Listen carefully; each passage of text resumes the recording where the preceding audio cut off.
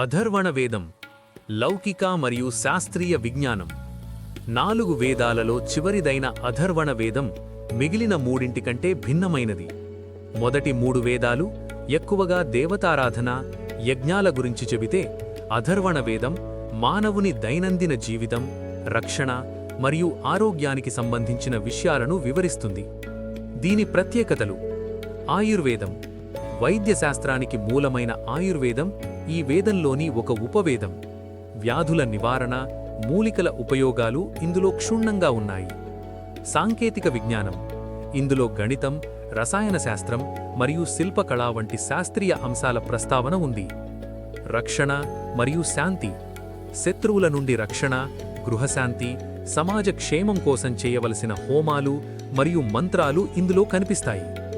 రాజధర్మం ఒక రాజు తన రాజ్యాన్ని ఎలా పాలించాలి, శత్రువులను ఎలా ఎదుర్కోవాలి అనే రాజకీయ అంశాలను కూడా ఇది బోధిస్తుంది. ముగింపు: క్లుప్తంగా చెప్పాలంటే అథర్వణ వేదం మనిషి ఈ భూమి మీద సుఖంగా, ఆరోగ్యంగా మరియు సురక్షితంగా ఎలా జీవించాలో నేర్పే ఒక జీవన విజ్ఞాన కోశం.